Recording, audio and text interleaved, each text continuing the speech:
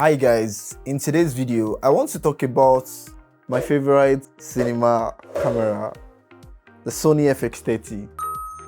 Without wasting much of your time, let's get into the video. Hi guys, I want to talk about the Sony FX30, the budget-friendly Sony entry-level cinema camera, crop sensor cinema camera, like some people like to call it, and why I think this camera is still the best option for beginner filmmakers in the year 2025. So the Sony FX30 has been my main camera for the past 1.5 years now, and this camera has really served me from documentary to wedding videos to music videos, and I've shot several projects on this camera.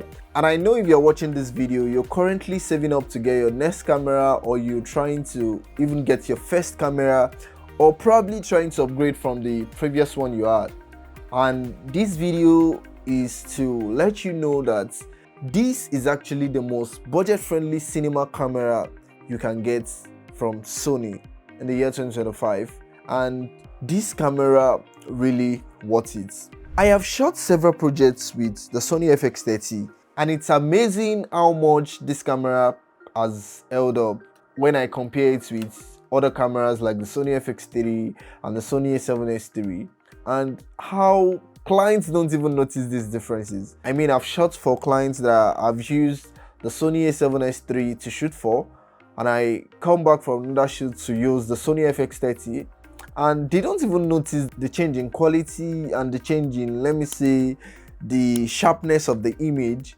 There are a lot of reasons. I actually think if your budget is not much and you're trying to enter the cinema lineup in 2025, or you're trying to get a camera that will get the job done, the camera that can give you the cinematic feel that you want, that you should go for the FX30. And number one is how reliable this camera is, especially in Nigeria and other parts of Africa where the weather is very harsh, and sometimes it can be really rough here, especially during shoots and all of that.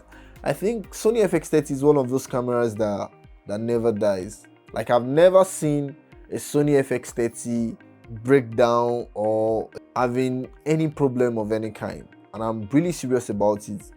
I've shot with several cameras like the Sony A7 III, the Sony A7 IV, the Sony A7S III, and all these three cameras has shuts down while shooting because of overheating.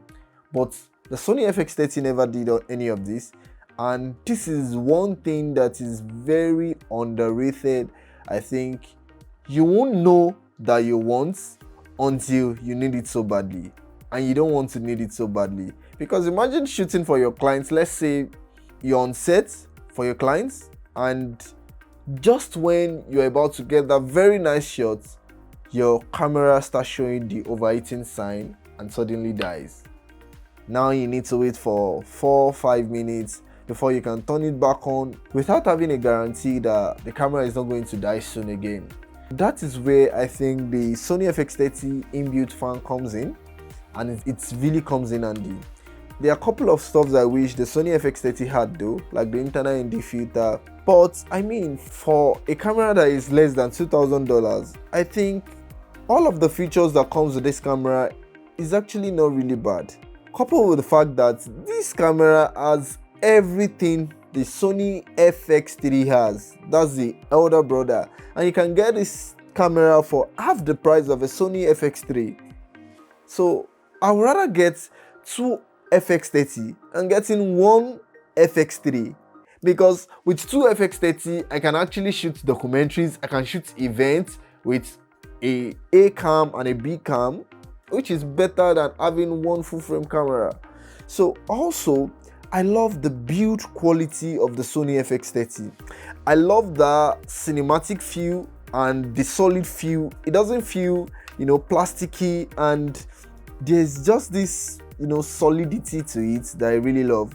And I also love the tally lights when you're recording with this camera. All those mistakes that videographers make or cinematographers make, and they forget to hit record, you can hardly get that with this camera, because there are tally lights all over the camera to show you when it's recording, and you know, this really comes in handy and helps you not to forget to hit record and reminds you that you've hit record. You get what I'm saying?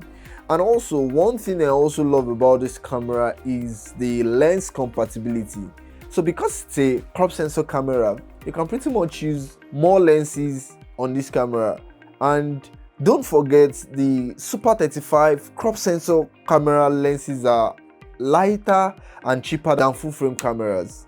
You can actually get the Sigma 30mm f1.4 and the 60mm 1.4 and also the 56mm 1.4 for this camera, which are, you know, 1/4 of the prices of, you know, lenses like G Master 50mm and, you know, all those full frame lenses, and you're still going to get quality footage from this camera. If you're looking out to get a compact cinema camera in the year 2025 and you're not so sure of what camera to get, I think you should go for the Sony FX30, and you're just going to love this camera.